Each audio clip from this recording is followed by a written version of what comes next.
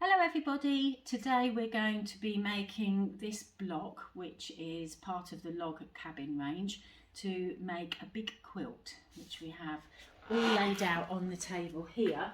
This is the quilt top laid out. It's not finished, there'll be another row yet, so you can see what the pattern is. You can move these all around because they're not stitched together yet, so you can audition them to change the patterns if you wish, which would make life a little bit more interesting.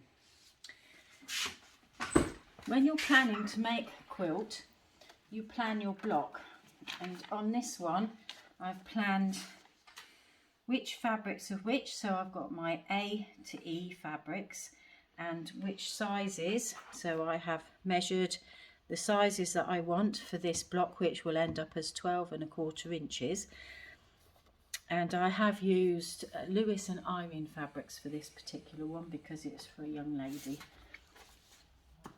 Once you've planned what your block's going to look like, you then need to cut them. And when you've cut them, you lay them out ready for stitching in the order that you're going to stitch them in. So for this particular block,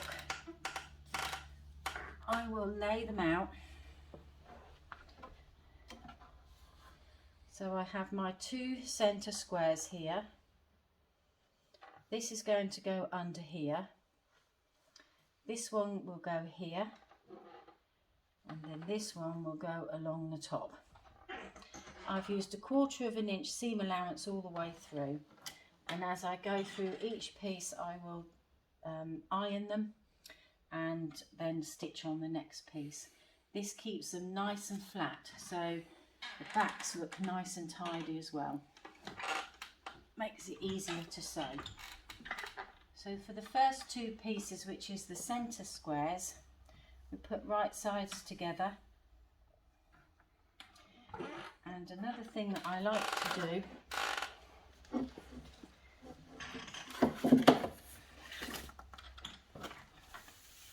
is just get a small piece of fabric. It doesn't matter what type of fabric it is, tiny piece of fabric here. And just start to sew down that, and that means as you go to sew here, this won't be dragged under the sewing machine.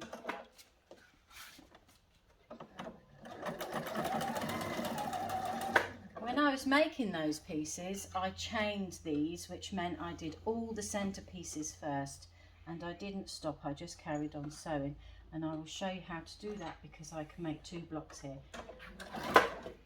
So that's now at the end of there. 1/4 inch seam allowance, and then if I go to do the next block, I haven't stopped it and started it again. I will just continue. Always keep the fabrics the same, so I've got the green on the bottom, pink on the top, and you just carry on going.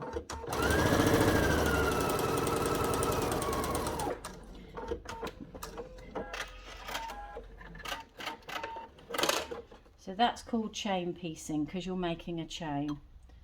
Snip that piece off, put it back under the machine for next time. We snip these, and then we go over to the iron where we're going to iron them.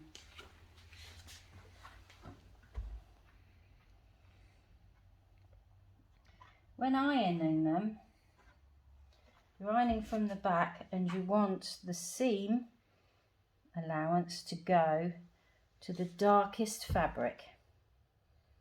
That way you don't see it quite as much. You end up with a nice crisp seam. Try not to drag the iron, because if you drag the iron, all you're going to do is stretch the fabric. So just let the iron do its job. And there we have 2 centres. You go back to the machine.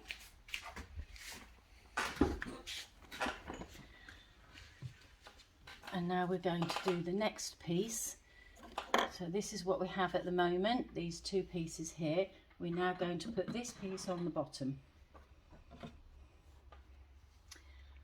So with my little piece here, just stitch that down till it comes to the end. Then turn this.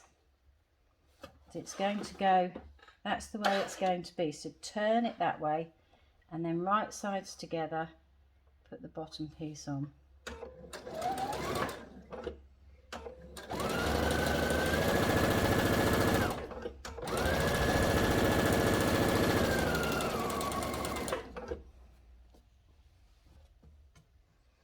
Same thing, turn it.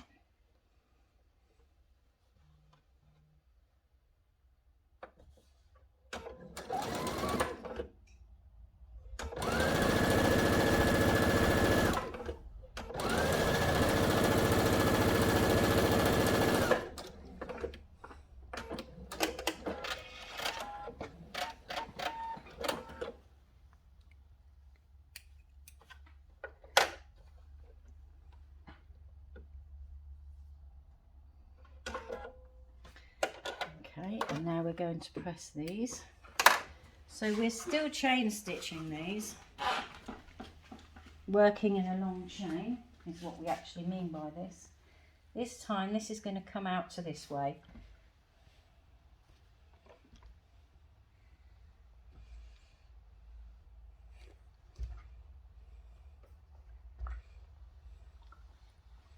Love this fabric, so pretty.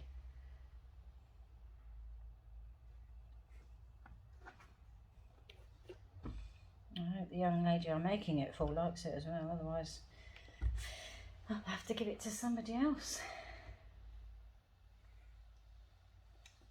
There we go. So now we have the centerpiece.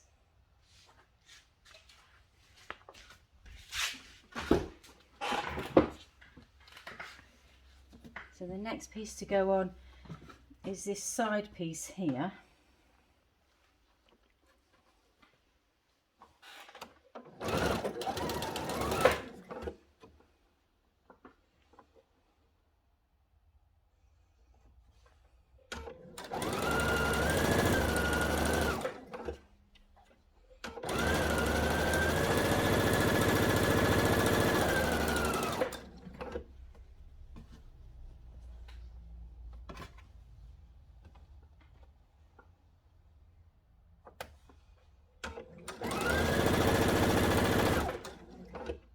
Not pulling this in any way, I'm just laying it on just so that it lays there.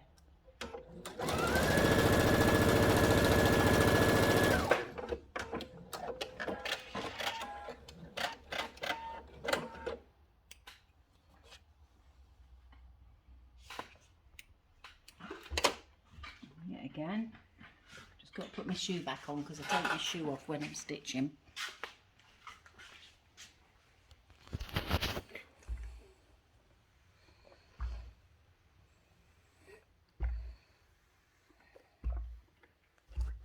See how nice and neat the back is, as well as the front.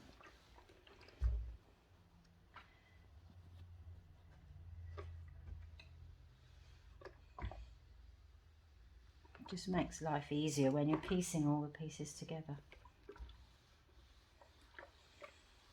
Okay, and now we'll put the tops on.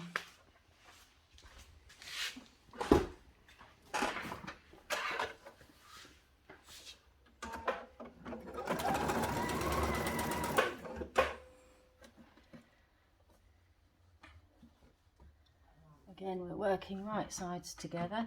These fabrics don't have any right or wrong way. That one's not quite straight, so we'll bring it in a little bit. But if they had a directional pattern on them, I would think about that when I'm cutting them.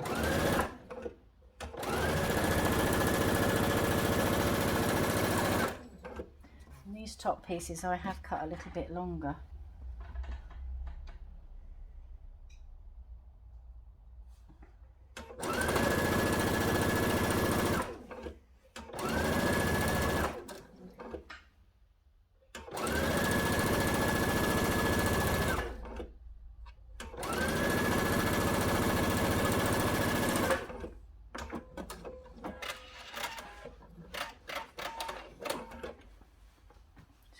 need to do now is to press that.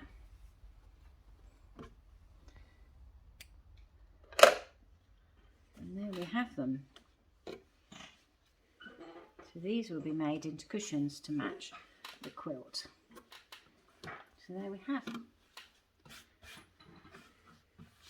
our centerpieces. Easy thing is log cabin quilting. If you want to make anything at all and it's the first time you've ever made a quilt, look for log cabin. This is a very simple version of it. It can get a little bit more complicated. The strips can get smaller, the squares can get smaller, but this is your very basic one, and it's very, very good to make a starter quilt. Hope you enjoy it. Thank you for watching.